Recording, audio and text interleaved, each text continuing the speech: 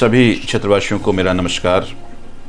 आज हमारे माननीय सांसद मनोज तिवारी जी बुराड़ी में जो बिजली की समस्या है, डीडीए के एनओसी का जो समस्या उत्पन्न हो रही है, उसके समाधान को लेकर के आज बुराड़ी आए। सबसे पहले तो मैं सांसद जी का स्वागत करता हूं, और विशेष स्वागत इसलिए भी कि अपने तीसरे कार्यकाल में पहली बार बुराड़ी की जनता के किसी मुद्दों को लेकर सुनवाई करने आए, और मुझे लगता है कि ये प्रशंसनीय कदम था जो मनोज तिवारी जी ने लिया। लेकिन उस जन सुनवाई को भी मैंने भी देखा, और फिर दुख भी हुआ कि ये जो जन सुनवाई था ये केवल राजनीतिक प्रचार प्रसार जैसा दिखा। इसमें कोई ठोस कार्रवाई नहीं दिखी, या उसको यूँ कहूँ कि इसमें कोई होमवर्क नहीं किया गया था। और मनोज तिवारी जी कह रहे थे कि आज मुझे पता चल गया समस्या क्या है। तो मनोज जी चुनाव भी लड़ रहे थे, उसमें अभी लोगों ने इनको बहुत विस्तार से समस्या बताया था।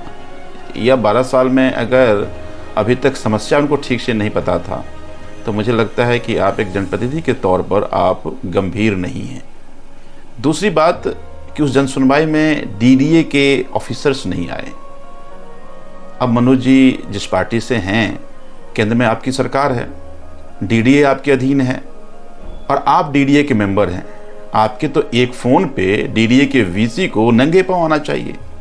छोटे मोटे अधिकारियों की क्या हैसियत कि छोटे मोटे अधिकारी आपकी मीटिंग में ना आए, और अगर ये छोटे मोटे अधिकारी भी आपके मीटिंग में नहीं आ रहा है तो इसका मतलब है कि आप सांसद के तौर पर आप अपरिपक्व हैं। मुझे एनडीपीएल के अधिकारी मेरे पास आए, उन्होंने कहा कि सांसद जी जन सुनवाई करना चाह रहे हैं। हमने नाराजगी से ऊपर उठ के कहा कि नहीं जाओ, चूंकि ये हमारे क्षेत्र की बड़ी समस्याएं हैं, लोग बहुत परेशान हैं, तो जाओ। अगर डीडीए के अधिकारी आते हैं तो मिलके सांसद जी कोई ठोस कदम उठाएं ताकि ये लोगों का समाधान हो। लेकिन डीडीए के अधिकारी आपको ठेंगा दिखा दिया।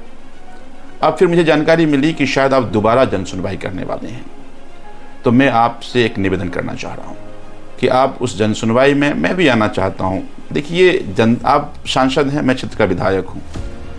जनता की समस्या के समाधान में कोई राजनीति नहीं होनी चाहिए। तो जनता बैठे, हम दोनों बैठें, और फिर मिलकर समाधान करते हैं ना इसका।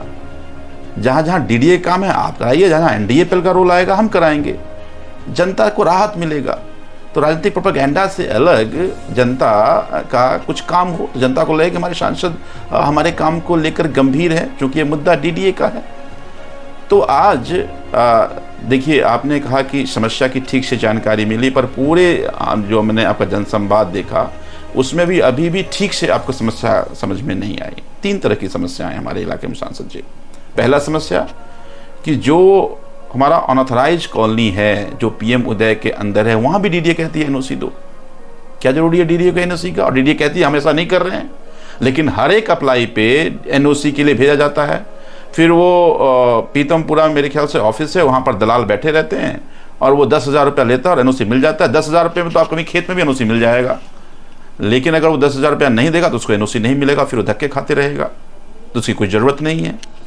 दूसरा, जो 2007 के नक्शे के बाहर जो कॉलोनियाँ हैं, अब लोग तो वहाँ बसे हुए हैं, 5-5 साल से, 10 साल से, 12-12 साल से लोग रह रहे हैं।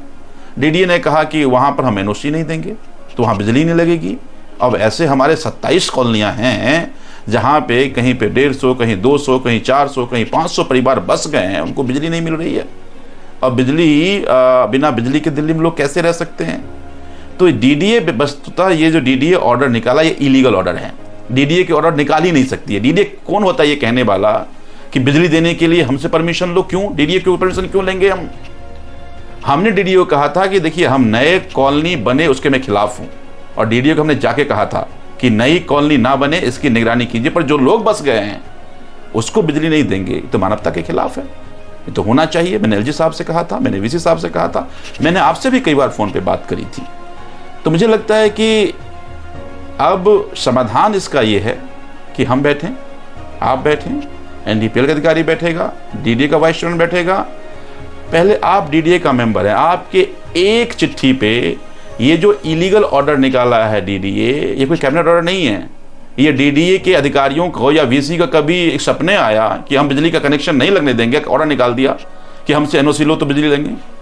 तो इसको पहले आप कैंसिल कराइए, फिर नया कॉलोनी ना बने, उसमें हम आपके साथ हैं, मिलकर उसको रोकते हैं, क्योंकि इंफ्रास्ट्रक्चर का लोड बढ़ता जा रहा है। लेकिन जो लोग बस गए हैं उसको बिजली मिलनी चाहिए। और आपने आज कहा भी, और ये एक अच्छा स्वागत योग्य कदम है कि आपने कहा कि हम जो लोग बस गए हैं उनका घर भी नहीं टूटने देंगे, उनको बिजली लगाएंगे। मैं आपके कदम में कदम मिलाकर साथ खड़ा हूं।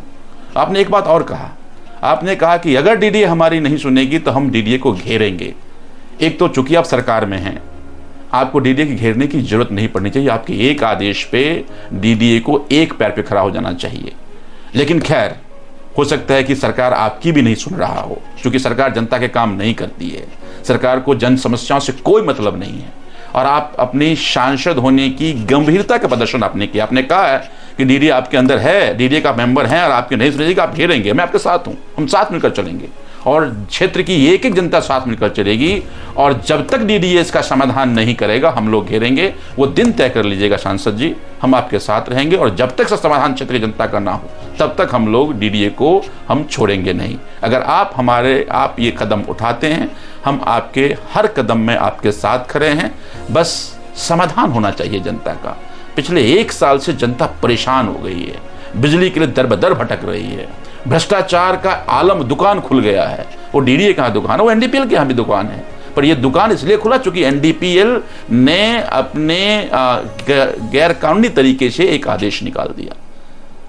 तो आप ये कर सकते हैं, अगर आदेश रद्द करा सकते हैं। अगर ये आदेश रद्द नहीं होगा तो आप जिस दिन भी घेरने जाएंगे डीडीए का, हम आपके साथ जाएंगे। और फिर से मैं आपको धन्यवाद करता हूं कि आज कम से कम जन सुनवाई के लिए हमारे क्षेत्र में तो आए। ऐसे ही जनता की समस्या को सुनते रहिए और जहां कहीं भी हमारी जरूरत पड़ेगी जनता के समस्या का समाधान के लिए, विकास के काम के लिए, मैं आपको आश्वासन देता हूं सांसद जी कि हम कदम में कदम मिलाकर आपके साथ खड़े रहेंगे। जय हिंद।